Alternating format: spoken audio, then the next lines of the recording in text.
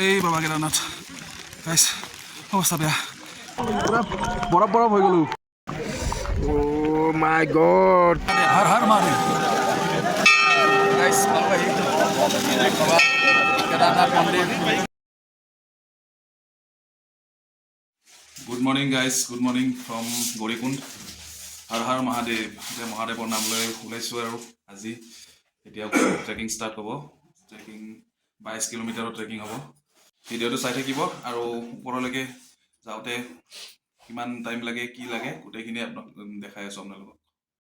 hello' guys গৰম পানী কুণ্ড পানী পুৰা গৰম ইয়াতে অলপমান মূৰত গাত পানী চাটকে লওঁ তাৰপিছত যাত্ৰা আৰম্ভ কৰিম তাতে অলপমান মূৰটো তিয়াই ল'লোঁ তিয়াই লৈ এতিয়া ওলাইছোঁ আৰু হৰ হৰ মহাদেৱ যাত্ৰা আৰম্ভ কৰি দিওঁ ইয়াৰ পৰা আৰু ভিডিঅ'টো চাই থাকিব বাছ আৰম্ভণিত এনেকৈ চিৰি পাব চিৰি উঠি যাব লাগিব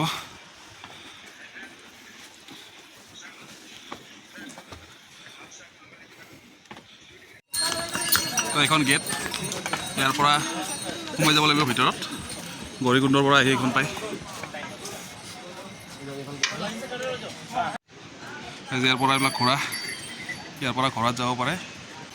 আৰু 2000 টকা লাগে বোলে ওপৰলৈকে আমিতো বাৰু খোজকাঢ়ি যাম এনে সুধি চালোঁ আপোনালোকক জনালোঁ কিমান লয় সুধিছিলোঁ 2000 টকা লাগিব বুলি কৈছে এনেকৈ ইফালেদি বৈ আহি এফালেদি এনেকৈ ওলাইছে এনেকৈ ওলাই ৰাস্তাটোৰ তলেৰে আৰু এনেকৈ গৈছে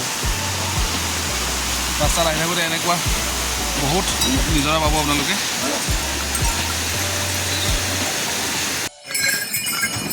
এয়া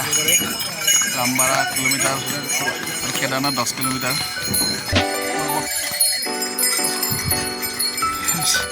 পাইছোঁ আৰু আহি আৰু 10-15 মিনিটত পাই যাম ৰাতিপুৱা 6টাত ষ্টাৰ্ট দিছিলোঁ আহি এতিয়া গাইজ 4:30 বাজি গ'ল 5টা বাজে এতিয়া পুৰা 11 ঘণ্টা এতিয়ালৈকে পোৱাই নাই হোটেল পোৱা নাই গাইজ আৰতি ষ্টাৰ্ট হ'ব 6:30 আৰতি ষ্টাৰ্ট হয় আৰতি আগে গৈ পালে হয় আৰু সপোন এটা পূৰণ হ'ল বাবা কেদাৰনাথ বহুত ডাঙৰ সপোন আছিলে লৈ অহা এতিয়ালৈ মন্দিৰ দেখা নাই দৰ্শন হোৱা নাই কিন্তু প্ৰায় আহি পাইছোঁ আৰু গাইজ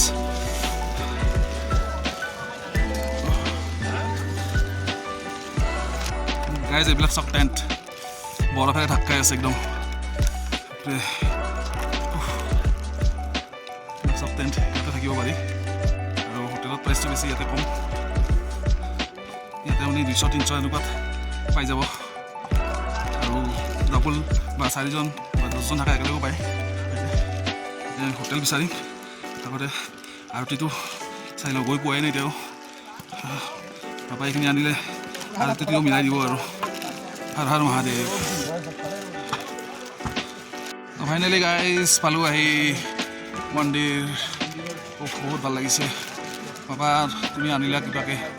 তুমি নানিলে আহিব নোৱাৰো বাবা হৰ হৰ মহাদেৱ জয় মহাকাল গাইজ পাই গ'লোঁ আহি বাবা ওচৰ এইটোৱে বাবা কেদাৰনাথ মন্দিৰ আৰতি হৈ আছে বাবা দিয়া বাবা হৰ হৰ মহাদেৱ বহুত মানুহ চব আৰতি হৈ আছে হৰ হৰ মহাদেৱ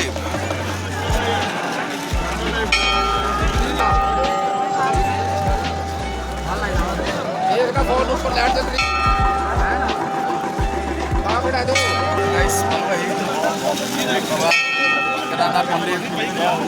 এই বাবা কেদাৰনাথ বহুত মানুহ আহি এতিয়া টাইম হ'ল কেইটা বাজিল 6:30 বজাত আহি পালোঁ গাইজ 6টা পাৰ হৈ গৈছে 6:30 বজাত আহি পালোঁ হৰ হৰ মহাদেৱ দৰ্শন কৰিম আমি কালি মৰ্ণিং যিমান পাৰোঁ সোনকালে পাৰিলে 2টামান বজাৰ পৰা লাইন ধৰিম দৰ্শন কালি কৰিম আৰু আজি আৰতি চালোঁ আৰু বাবা ওচৰলৈ এবাৰ আহি ডাইৰেক্ট বাবাৰ ওচৰলৈ আহিছোঁ আৰু এতিয়া আমি ৰুম লোৱা নাই ৰুম ল'ব লাগিব চাই কৰি কিনে আপোনালোকক লগ পাই আছোঁ আৰু গাইজ দৰ্শন এতিয়াও হৈয়ে আছে এতিয়া যদি অলপ সোনকালে আহি পালোঁ হয় আমি গা চা ধুই কিনে এতিয়া দৰ্শন কৰিব পাৰিলোঁ হয় কিন্তু এতিয়া আৰু গা ধুই অহালৈকে মন্দিৰ চাগে বন্ধ হৈ যাব এই চব মানুহ সোমাই আছে এতিয়া হৰ মহাদেৱ দৰ্শন হৈ আছে এতিয়াও মানে 7টাটো বাজিলে 8টামান বজালৈকে দৰ্শন হয় নেকি সুধিব লাগিব কালি গাইজ হোটেলত লগ পাই আছোঁ গাইজ সেই এখন হোটেল পালোঁ ওচৰতে একদম মন্দিৰৰ মান ভাঙি গৈছে একদম মন্দিৰৰ ওচৰতে আৰু হোটেলখনৰ ভাড়া ল'লে 2000 আৰু হোটেলখন ইমান খাচ নহয় আৰু মানে জাষ্ট শুব পাৰি 3-4খন হেৰি আছে ব্লেংকেট আছে আৰু এটাচ লেট্ৰিন বাথৰুমটো আৰু বাকী এতিয়া কালি ৰাতিপুৱা আমি মন্দিৰ দৰ্শন কৰিম 5টা বজাত মন্দিৰৰ দুৱাৰ খুলিব চ' এতিয়া আজি আহিতো পালোঁহে কিন্তু মন্দিৰ দৰ্শন কৰা নহ'ল টাইমত আহি পাইছিলোঁ কিন্তু হেৰি হ'ল গা চা ধোৱা টাইমলৈকে মানে আৰু হেৰি নহ'ব চ' সেইকাৰণে ৰাতিপুৱা কালি ভালকৈ একদম মানে ভালকৈ ফ্ৰেছ হৈ কিনে মন্দিৰ দৰ্শন কৰিম 5টা বজাত খুলিব তো আমি 4টামান বজাত লাইন ধৰিম আৰু তাৰপিছত মন্দিৰৰ ওচৰৰ পাজৰৰখিনি গোটেই আপোনালোকক দেখাম ক'ত কেনেকৈ কি আছে কি মন্দিৰ আছে আৰু বাকী ভিডিঅ'টো আৰু ইয়াতে কৰিব লাগিব বহুত ভাগৰ লাগি আছে খোজকাঢ়িছোঁ একদম তলৰ পৰা ওপৰলৈকে আৰু কঁকালৰ বিষ হৈ গৈছে মোৰ বেগটো দাঙি বেগটোৰ 5-6 কেজি বেছি আছে 7 কেজিমান আছে বেগটো নন ষ্টপ দাঙি আনিছোঁ চ' গাইজ আজি ভিডিঅ'টো ইয়াতে শেষ কৰোঁ ভিডিঅ'টো চাই ভাল পালে প্লিজ লাইক শ্বেয়াৰ কমেণ্ট কৰি দিব আৰু যোনে ছাবস্ক্ৰাইব কৰা নাই প্লিজ ছাবস্ক্ৰাইব কৰি দিব হৰ হৰ মহাদেৱ জয় কেদাৰনাথ